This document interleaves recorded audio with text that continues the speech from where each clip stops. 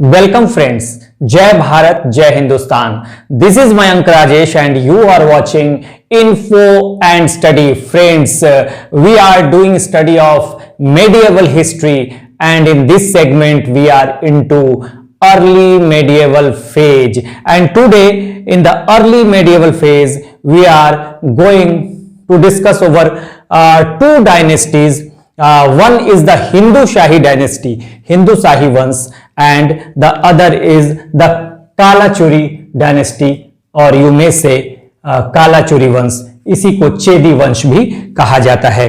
ठीक है, तो इन दो वंशों पे हम आज बात करेंगे और इसी के साथ हमारा जो नॉर्थ इंडिया का जो अर्ली मेडिएवल फेज है वो खत्म हो जाएगा आज, और उसके बाद हम फिर साउथ इंडिया में इन करेंगे। लेकिन इसके पहले चूंकि मैं हमेशा एक क्रम को जोड़ने की कोशिश करता हूं, जब भी हम मेडिएवल हिस्ट्री की बात करते हैं, मैंने बार बार बताया है, जब भी हम मध्यकाल की बात करते हैं तो मध्यकाल को हम दो भागों में बांट देते हैं सुविधा के लिए, ताकि हमें पढ़ने में सुविधा हो। अर्ली यानी पूर्व मध्यकाल, लेटर यानी कि बाद वाला मध्यकाल। अगर ये अर्ली मेडिएवल पीरियड की हम बात करें तो यहां पर मैंने आपको बताया था कि जब हर्षवर्धन के शासनकाल का अंत होता है, when the regime of Harshvardhan ends in 647 AD, 647 AD में जब हर्षवर्धन का शासनकाल खत्म होता है, उस समय से लेकर 12वीं शताब्दी तक का समय पूर्व मध्यकाल या अर्ली मेडिएवल पीरियड माना जाता है। बेसिकली कई बार एग्जाम में मैंने बार बार बताया है, ये दे देता है 7th century AD to 12th century AD, और कई बार 8th century AD to 12th century AD. तो दोनों सही हैं, जो भी ऑप्शन, एक ही ऑप्शन कोई होगा आपके, जो भी आपके आंसर के विकल्प होंगे उसमें कोई एक ही ये दिया होगा, या तो 7th to 12th century AD दिया होगा या फिर 8th to 12th century AD दिया होगा। तो कोई भी होगा, आप उसे आंसर लगा सकते हैं। जनरली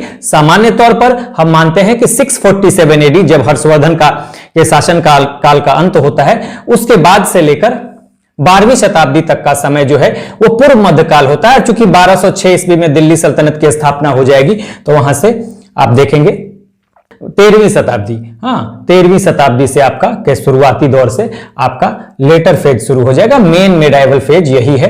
तो यहां पर मैंने भी ये बताया है कि हर्षवर्धन का जो शासनकाल था वो 606 एडी से लेकर 647 एडी तक है, और जैसे ही ये शासनकाल खत्म होता है उसके बाद 12वीं शताब्दी तक आपका जो समय है वो अर्ली मेडिएवल फेज या पूर्व मध्यकाल होता है। इसी को हमने तीन पार्ट में सुविधा के लिए बांट दिया है, नॉर्थ इंडिया, साउथ इंडिया और मुस्लिम इन्वेजन। मुस्लिम इन्वेजन भी नॉर्थ इंडिया में ही होगा, लेकिन सुविधा के लिए हमने बांट दिया। तो अर्ली मेडिएवल फेज में नॉर्थ इंडिया में हमने यहां पर राजपूतों के ओरिजिन को देखा, ट्राईपार्टाइट स्ट्रगल देखा, और बहुत सारे आपको राजपूत वंशों को यहां पर हमने देखा। बहुत सारे राजपूत वंशों को हमने देखा। कहां पे? नॉर्थ इंडिया में। हर्षवर्धन के बाद का जो समय है नॉर्थ इंडिया में, वो बहुत सारे राजपूत वंशों को हमने यहां पर देखा है।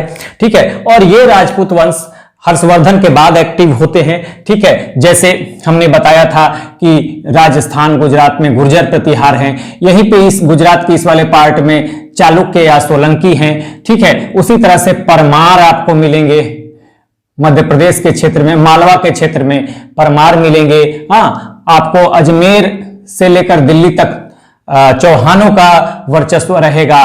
ठीक है, गढ़वाल डायनेस्टी आपको कन्नौज में मिलता है। ठीक है, इसी तरह से जेजाज भुक्ति या बुंदेलखंड में चंदेल डायनेस्टी आपको देखने के लिए मिलेगा। इसी तरह से यहां पर पाल वंश रहेगा। पाल वंश पूर्वी भारत में, बंगाल बिहार वाले क्षेत्र में पाल वंश को हम देखेंगे। तो ये पाल वंश, हालांकि इसके बारे में डिबेटेबल है, मैंने बार बार बताया है कि राजपूत थे या नहीं है। वैसे इतिहास में 36 राजपूत क्लैंस की बात की जाती है।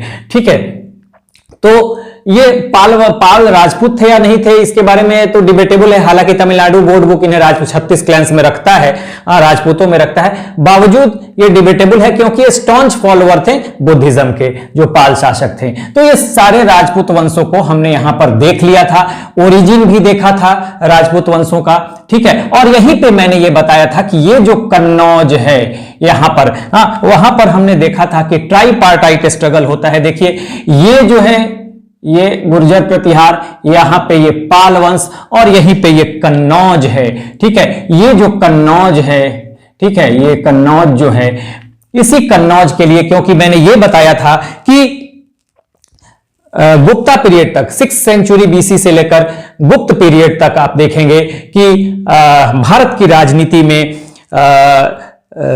मगध और पाटलिपुत्र का एक वर्चस्व रहता है, लेकिन यह वर्चस्व अब शिफ्ट हो जाएगा हर्षवर्धन के समय से कन्नौज पर। कन्नौज अब पॉलिटिकल सेंटर स्टेज में आ जाएगा, ठीक है। पॉलिटिकल सेंटर स्टेज अब कन्नौज होगा। बहुत स्ट्रॉन्ग फर्टाइल लैंड है, बहुत मजबूत है, इकोनॉमी बहुत स्ट्रॉन्ग होती है इसकी। इस वजह से 3 शक्तियां भिड़ती हैं। एक यहां पे राष्ट्रकूट भी मिलेगा दक्षिण भारत में, तो दक्षिण भारत में राष्ट्रकूट शक्ति यहां पे मिलेगा। देखिए ये जो राष्ट्रकूट शक्ति यहां पे होगा दक्षिण भारत में, ठीक है। तो ये राष्ट्रकूट, ये गुर्जर प्रतिहार और ये पालाज, ये तीनों जो है ना, ये तीनों भिड़ेंगे किसके लिए?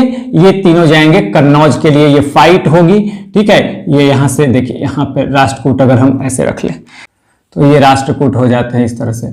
तो ये देखेंगे कि हम कि ये तीनों शक्तियां भिड़ती हैं। गुर्जर प्रतिहार राजस्थान और गुजरात वाले क्षेत्र से, बिहार बंगाल वाले क्षेत्र से, पूर्वी भारत से पालाज और यहीं से दक्षिण भारत से राष्ट्रकूटाज। ये कन्नौज के लिए ट्राइपार्टाइट स्ट्रगल भी हमने यहां पे देख लिया था।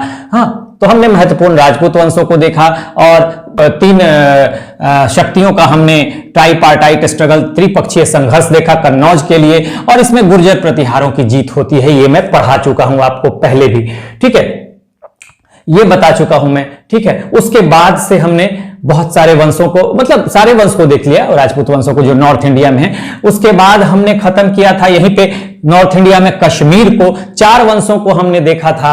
उत्पल वंश, सबसे पहले कारकोटा वंश, फिर उत्पल वंश, उसके बाद यशकर और फिर लोहार वंश को, ये भी हमने खत्म कर लिया था, ठीक है। अब हम जो उत्तर भारत में देखेंगे थोड़ा सा, यहां पे हिंदू शाही डायनेस्टी को, और एक कालचुरी वंश बच जाता है। कालचुरी अभी मैं बताऊंगा कहां पे होगा, ये त्रिपुरी वाले क्षेत्र में होगा, अभी मैं बता दूंगा मैप में। तो ये यहां पर नॉर्थ इंडिया, आज हम नॉर्थ इंडिया खत्म कर लेंगे हिंदू शाही डायनेस्टी और कालचुरी वंश को खत्म करने के साथ ही हमारा नॉर्थ इंडिया पूरा खत्म हो जाएगा। उसके बाद जब हम साउथ इंडिया में आएंगे तो मैंने बताया है कि साउथ इंडिया का जो पार्ट है, इसका कुछ पोर्शन हम साउथ इंडिया के एंशिएंट हिस्ट्री में भी खत्म कर रहे हैं, मेडिएवल पीरियड का। क्योंकि देखिए राष्ट्रकूट यहां पे अर्ली मेडिएवल फेज में भी ये अपनी भूमिका निभा रहे हैं ट्राइपार्टाइट स्ट्रगल में। इसके बाद आप देखेंगे वातापी के चालुक्य, कल्याणी के चालुक्य, ठीक है, पल्लव वंश, ये सब आपको आप देख सकते हैं कि साउथ इंडिया के एंशिएंट हिस्ट्री को भी कवर कर रहा है और मेडिएवल हिस्ट्री को भी ये कवर कर रहा है, ठीक है, अर्ली मेडिएवल फेज को। तो हम साउथ इंडिया के एंशिएंट हिस्ट्री में राष्ट्रकूटों को देख रहे हैं डिटेल में, ठीक है, वो भी हमारा क्लास चल रहा है, मैंने बताया था। हम देख रहे हैं वहां पे पल्लवों को, हम देख रहे हैं वहां पर चालुक्यों को, इन सबको देख रहे हैं। अभी तक हमने एंशिएंट हिस्ट्री जो है साउथ इंडिया की, उसमें हमने संगम वंश को खत्म कर लिया, चेर, चोल और पांड्यों को।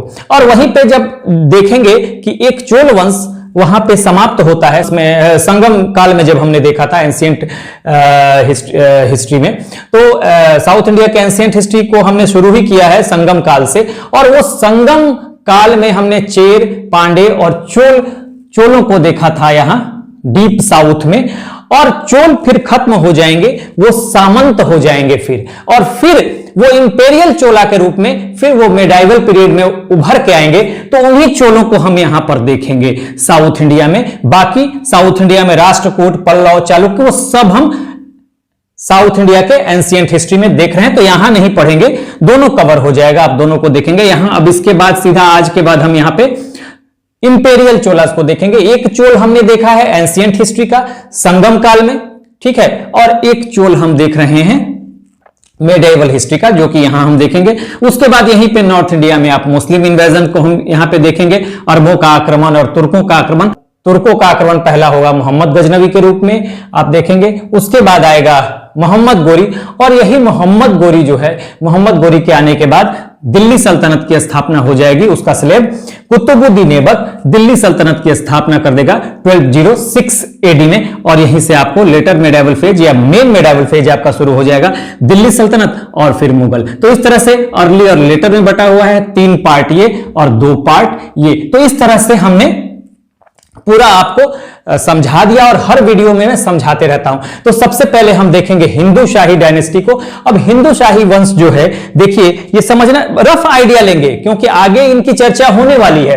तो देखिए यहां पर, देखिए एक तरह से देखा जाए तो ये अफगानिस्तान हो जाएगा, अगर देखा जाए तो ये अफगानिस्तान है, ठीक है, और ये इंडिया, फिर इसके बाद पाकिस्तान होगा।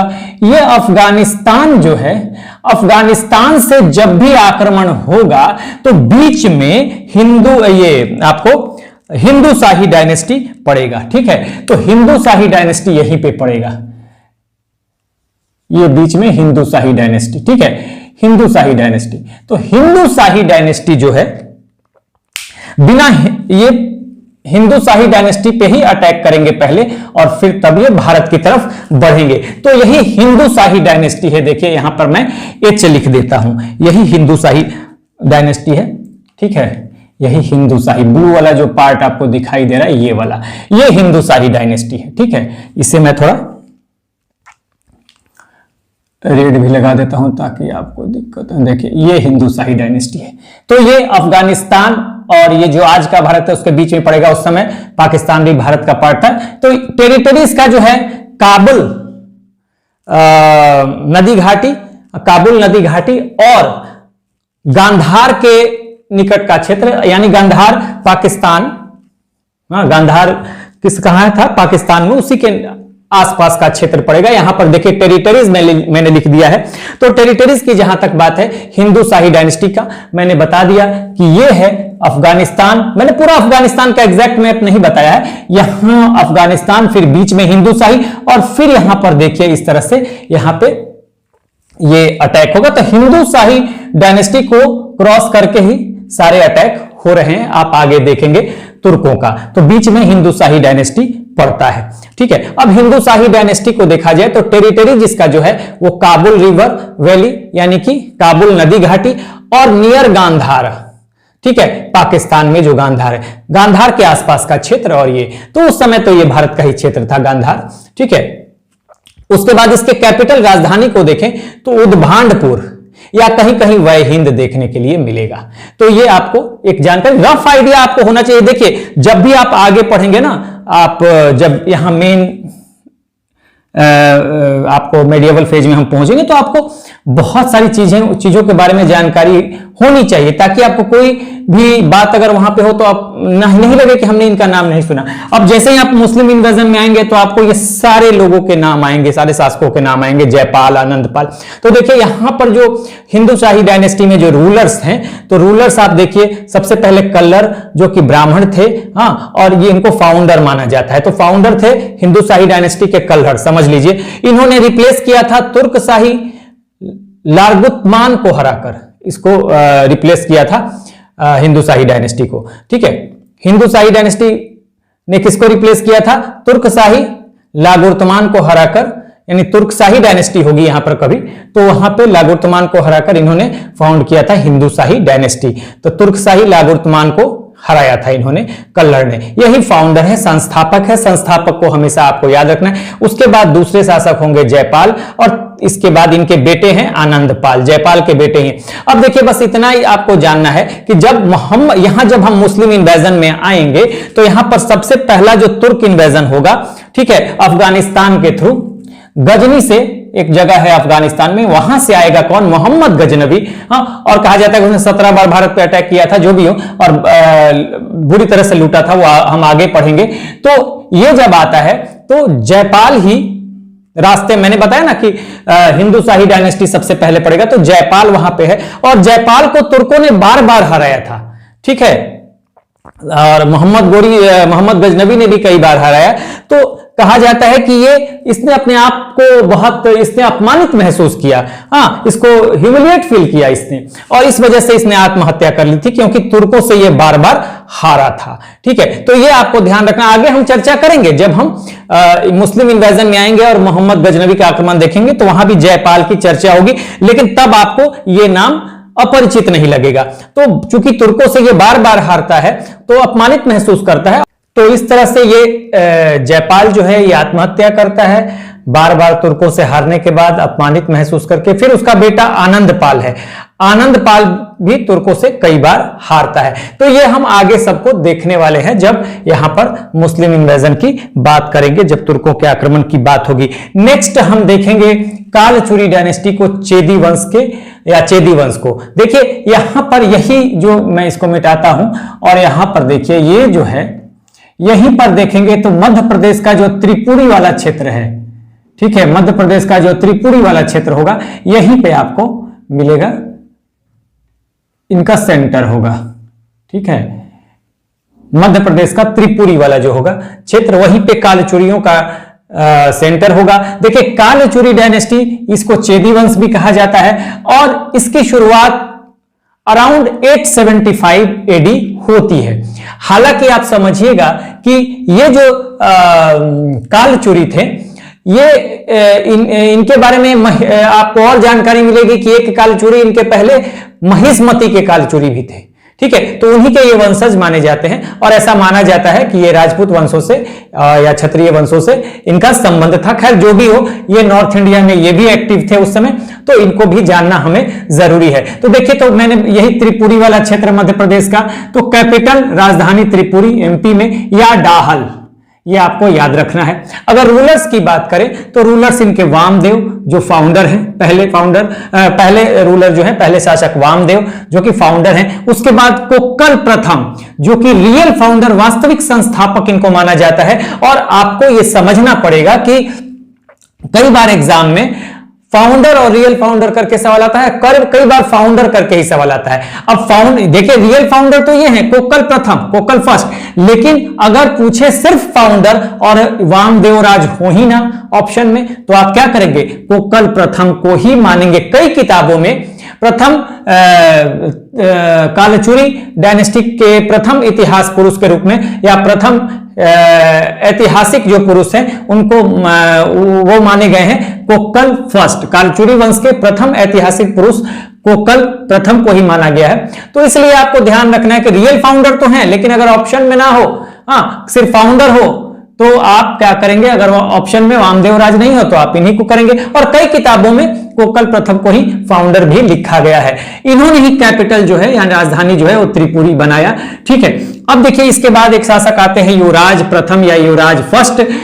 देखिए युवराज फर्स्ट के बारे में समझिए कि इनके समय कन्नौज से एक स्कॉलर आते हैं, राजशेखर। ये राजशेखर वही है जिनके बारे में हमने पहले पढ़ा कि ये गुर्जर प्रतिहारों के समय जब शासक थे महेंद्रपाल और महिपाल, उस समय ये राजशेखर उनके कोर्ट स्कॉलर थे, दरबार के विद्वान थे, या कोर्ट पोएट भी इनको कह सकते हैं। ये गुर्जर प्रतिहारों के समय थे, और देखिए उसी समय ये कन्नौज को छोड़कर त्रिपुरी आ गए थे युवराज प्रथम के समय में। लेकिन थे ये गुर्जर प्रतिहारों के शासक महिपाल और महेंद्रपाल के कोर्ट में। ये मैंने बताया भी हुआ, इनके बारे में लिखवाया भी है, कई किताबें इनकी, कर्पूर मंजरी, ठीक है, काव्य मीमांसा, विद सालभंजी का, उसके अलावा आपको भुवन कोश, ठीक है, भुवन कोश के अलावा और भी किताबें हैं इनकी, हरविलास, बहुत सारी किताबें, सारे मैंने वहां पे लिखवा दिया है गुर्जर प्रतिहार वाले ने। तो लेकिन यहां पर ये काव्य मीमांसा और विदसाल भंजिका को मैंने इसलिए यहां पर लिखा है कि देखिए राजशेखर आते हैं कहां से, गुर्जर प्रतिहारों के समय ये थे, महेंद्रपाल, गुर्जर प्रतिहार शासक महेंद्रपाल और महिपाल के समय। तो उसी समय ये जब युवराज प्रथम कालचुरी डायनेस्टी के शासक बनते हैं, तो राजशेखर आते हैं कन्नौज को छोड़कर त्रिपुरी, और यहीं पे उन्होंने काव्य मीमांसा और विदसाल भंजिका को पूरा किया था। तो त्रिपुरी में ही इन्होंने इन दोनों बुक्स को पूरा किया था। तो ये आपको ध्यान रखना है, ये सवाल बनेगा कि राजशेखर ने काव्य मीमांसा या विदसाल भंजिका, हाँ, को कहां पे लिखा था या कहां पे इसे पूर्ण किया था, कंप्लीट किया था, तो आप कहेंगे त्रिपुरी में। किस शासक के समय, तो युवराज प्रथम के समय या युवराज फर्स्ट के समय। कौन सा वंश था, किस वंश में पूरा किया था, कौन से वंश के समय पूरा किया था, कालचुरी डायनेस्टी के समय यहां पर। तो ये आपको ध्यान देना पड़ेगा। उसके बाद सबसे महत्वपूर्ण शासक हैं गांगेय देव। देखिए मैंने ग्रीन से बड़ा सर्किल बना दिया है। इनकी कुछ उपाधियां, टाइटल्स यानी कि उपाधियां, पहला तो विक्रमादित्य, ध्यान रखिए, उसके बाद जीत विश्व, और फिर त्रिकलिंगाधिपति। ठीक है, तो 3 टाइटल आप याद रखेंगे, विक्रमादित्य, जीत विश्व, त्रिकलिंगाधिपति। ये 3 टाइटल या उपाधियां इनकी थी गांगेय देव की। इनके बारे में सबसे महत्वपूर्ण बात देखिएगा, इश्यूड गोल्ड कॉइन्स। ठीक है, in north India after Gupta. NI stands for north India. अब देखिए ये एक ऐसे शासक हैं जिन्होंने एक लंबे अंतराल के बाद उत्तर भारत में यानी नॉर्थ इंडिया में सोने के सिक्के जारी किए। इसके पहले किसके बाद जारी किया, गुप्त शासक थे इनके पहले जिन्होंने सोने के सिक्कों को जारी किया था। गुप्त शासकों के बाद एक लंबा अंतराल रहा और उसके बाद इन्होंने ये जारी किए, और इनके सिक्कों पर सिटिंग पोस्चर में लक्ष्मी की मूर्ति यानी कि बैठी हुई लक्ष्मी है। तो ये आपको सिटिंग पोस्चर में, लक्ष्मी कैसी है भाई, तो सिटिंग पोस्चर में है। तो ये सवाल बनेगा, कौन सा ऐसा शासक था या किसके शासनकाल में एक लंबे अंतराल के बाद उत्तर भारत में सोने के सिक्के शुरू हुए। गुप्तों के बाद की बात करें तो आप कहेंगे गांगेय देव। गांगेय देव किस वंश के थे, तो कालचुरी डायनेस्टी के थे या चेदी वंश के थे। अगर सवाल दूसरे ढंग से भी पूछा जा सकता है कि किस वंश के दौरान उत्तर भारत में गुप्तों के बाद एक लंबे अंतराल के बाद सोने के सिक्के जारी किए गए, तो वंश पूछ ले तो कालचुरी डायनेस्टी, शासक पूछ ले तो गांगेय देव। बहुत इंपॉर्टेंट है। उसके बाद देखिए ये प्रयागराज आते हैं, यहीं पे ये प्राण त्यागते हैं, डेथ होती है इनकी। अपने 100 रानियों के साथ आएंगे, 100 क्वींस के साथ आएंगे, 100 रानियती कहा जाता है इनकी। तो जो रिटन रिकॉर्ड मिलता है 100 रानी होने को तो कितनी भी हो सकती हैं। तो ये प्राण त्यागा था इन्होंने, कहां पे, प्रयागराज में 100 रानियों के साथ आए थे। और देखिए यहां पर एक इंपॉर्टेंट बात इसलिए है कि प्राण त्यागने वाले, अगर मेडिवल हिस्ट्री की बात करें तो प्राण त्यागने वाले जो थे यहां पे प्रयागराज में, तो 3 शासकों का नाम आता है। देखिए जो डेथ होती है प्रयागराज में, एक तो धंग है चंदेल वंश के, हमने चंदेल वंश पे धंग को पढ़ा था। वल्लाल सेन, ये सेन वंश के हैं। ठीक है, सेन वंश के हैं वल्लाल सेन, सेन वंश के हैं वल्लाल सेन। ठीक है, तो ये वल्लाल सेन जो थे सेन वंश के थे। ठीक है, इनको याद रखना है। और गांगेय देव तो कालचुरी आपने पढ़ ही लिया। ठीक है, कालचुरी वंश के। तो देखिए वल्लाल सेन जो थे, ये देखिए यहां पे अभी भी मैंने कुछ देर पहले बताया और पहले ही बता चुका था, यहां पे आपको बंगाल बिहार वाले क्षेत्र में पालाज थे। जब पालाज का अंत हो जाएगा तो इन्हीं की जगह पर आ जाएंगे सेन, सेना या सेन। तो यही सेन पालों को रिप्लेस करेंगे सेन। ठीक है, तो उसी सेन में, उसी सेन डायनेस्टी से होंगे वल्लाल सेन। तो चंदेल शासक धंग, सेन वंश के शासक वल्लाल सेन और कालचुरी शासक गांगेय देव ने अपने प्राण त्यागे थे प्रयागराज में। सवाल ऐसे बनेगा कि निम्नलिखित में से कौन सा शासक जो है जिसने प्रयागराज में प्राण नहीं त्यागे थे। तो 3 शासक ये दे देगा, एक कोई और नाम दे देगा, तो वो उसका आपका आंसर हो जाएगा। तो ये आपको ध्यान रखना है। उसके बाद नेक्स्ट शासक को हम लोग देखते हैं लक्ष्मीकर्ण। इसको नेपोलियन कहा गया अर्ली मेडिएवल पीरियड का। वैसे पूरे मेडिएवल पीरियड की बात करें तो अलाउद्दीन खिलजी को भी कहा जाता है नेपोलियन, लेकिन अर्ली मेडिएवल पूर्व मध्यकाल का नेपोलियन कहा गया है किसे, तो लक्ष्मीकर्ण को। लेकिन अगर ऑप्शन में आपको अलाउद्दीन खिलजी नहीं होगा, पूछा जाएगा कि पूर्व मध्यकाल का, सॉरी या मध्यकाल का या पूर्व मध्यकाल का, पूर्व मध्यकाल का पूछा जाएगा तो 100% कौन होगा, लक्ष्मीकर्ण होगा। लेकिन अगर पूछा जाएगा मध्यकाल का नेपोलियन कौन था, तो आप अगर ऑप्शन में कोई अलाउद्दीन खिलजी नहीं होगा तो आप आराम से लक्ष्मीकर्ण को लगाएंगे अपने इंटेलिजेंसी से आंसर। तो इसे पूर्व मध्यकाल या अर्ली मेडिएवल पीरियड का नेपोलियन कहा जाता है। इसके पहले हमने एंशिएंट पीरियड में भी देखा था कि समुद्रगुप्त को कहा गया है भारत का नेपोलियन। ठीक है, तो ये आप ध्यान रखिएगा। उसके बाद देखिए चालुक्य शासक जो था भीम फर्स्ट के साथ इसने अलायंस किया था, कोलिशन बनाया था, गठबंधन किया था और अटैक कर दिया था इसने परमार शासक भोज पे। भोज सबसे महत्वपूर्ण और सबसे प्रतापी शासक माने गए हैं आपको परमार शासकों में, परमार वंश में। और भोज पे अटैक किया और इसमें भोज की मृत्यु हो जाती है। ये जब मैंने परमारों को पढ़ाया था वहां मैंने आपको बता दिया था, ठीक है। और अंतिम शासक के रूप में यहां पे लास्ट रूलर हैं विजय सिंह। तो ये आपको पूरा का पूरा मैंने हिंदू शाही डायनेस्टी और कालचुरी डायनेस्टी हमने देख लिया। जल्दी से एक बार फिर हम सवाल आपका बनेगा हिंदू शाही डायनेस्टी, ठीक है। हिंदू शाही डायनेस्टी मैंने समझा दिया। अफगानिस्तान के बाद आपको काबुल नदी घाटी और गांधार वाला क्षेत्र जो पाकिस्तान का है, गांधार के आसपास का क्षेत्र, वो हिंदू शाही डायनेस्टी था। ये टेरिटरी मैंने यहां पे बता दिया है, ठीक है। इसकी राजधानी उद्भानपुर या वह हिंद, ठीक है। कल्लर जो कि एक ब्राह्मण थे, इसके फाउंडर हैं। उन्होंने किसको रिप्लेस किया था? तुर्क शाही लागुर्तमान को हराकर इन्होंने इस वंश की स्थापना की थी। और इसके शासक जयपाल, जिसने आत्महत्या की, बार बार तुर्कों से हारने के बाद अपमानित महसूस किया और आत्महत्या की।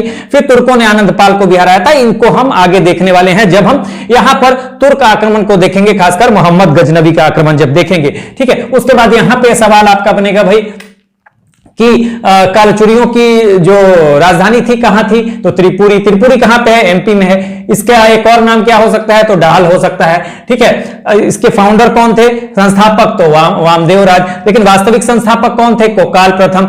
किसने कैपिटल बनाया त्रिपुरी? तो कोकाल प्रथम ने, ठीक है। राजशेखर किस कालचुरी शासक के समय में कन्नौज को छोड़कर त्रिपुरी आ गए? तो युवराज फर्स्ट था। उस समय इन्होंने त्रिपुरी में कौन कौन सी किताबों को कंप्लीट किया? राजशेखर ने काव्य मीमांसा और विदसाल भंजिका को यहां पे पूरा किया। राजशेखर और किस वंश में के स्कॉलर थे? कोर्ट स्कॉलर थे। तो आप जान लीजिए गुर्जर प्रतिहारों के, ठीक है। महेंद्रपाल और महिपाल के समय ये थे वहां पर, ठीक है, गुर्जर प्रतिहारों के शासनकाल में। उसके बाद गांगेय देव सबसे महत्वपूर्ण शासक यहां पे। विक्रमादित्य, आपको कालचुरी डायनेस्टी में विक्रमादित्य किसका टाइटल? तो गांगेय देव का। जीत विश्व किसका टाइटल? गांगेय देव का। कलिंगाधिपति किसका टाइटल? तो गांगेय देव का। एक लंबे अंतराल के बाद, गुप्तों के बाद, कौन सा ऐसा शासक था जिसने उत्तर भारत में सोने के सिक्के जारी किए? तो गांगेय देव, ठीक है। उन सिक्कों पर किसकी मूर्ति है? तो लक्ष्मी की मूर्ति है। किस स्टाइल में है? तो सिटिंग पोस्चर में है, बैठी हुई लक्ष्मी की मूर्ति है, ठीक है। कौन सा ऐसा शासक था कालचुरी वंश का जिसने प्रयागराज में अपने प्राण त्यागे? गांगेय देव, ठीक है। उसके अलावा पूर्व मध्यकाल का नेपोलियन किसे कहा गया? लक्ष्मीकर्ण। चालुक्य शासक भीम फर्स्ट के साथ कोएलिशन करके, अलायंस करके किस परमार शासक को लक्ष्मीकर्ण ने हराया था?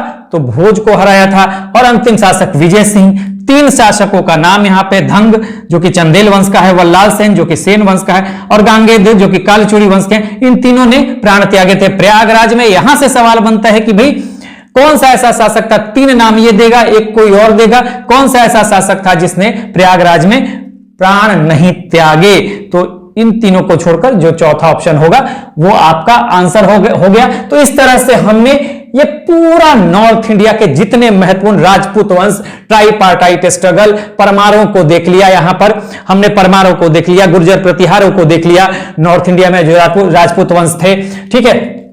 हमने देख लिया किसको?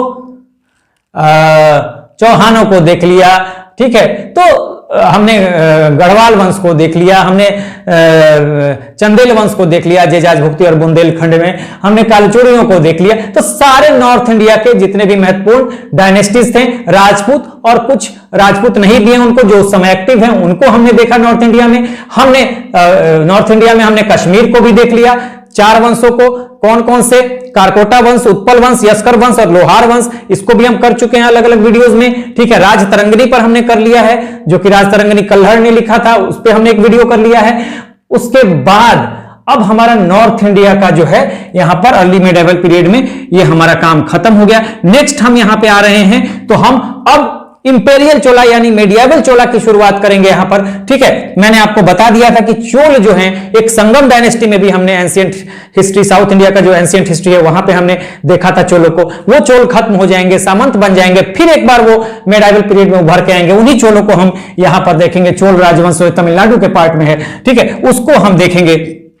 और भी हैं जैसे राष्ट्रकूटा, ट्राइपार्टाइट स्ट्रगल में संघर्ष कर रहे हैं, हाँ, कन्नौज के लिए राष्ट्रकूटा, गुर्जर प्रतिहार, पालाज, लेकिन गुर्जर प्रतिहार की जीत होती है। तो राष्ट्रकूटों को भी हम देखने वाले हैं। यहां नहीं, यहां नहीं देखेंगे, ये हम एंशिएंट हिस्ट्री के साउथ इंडिया में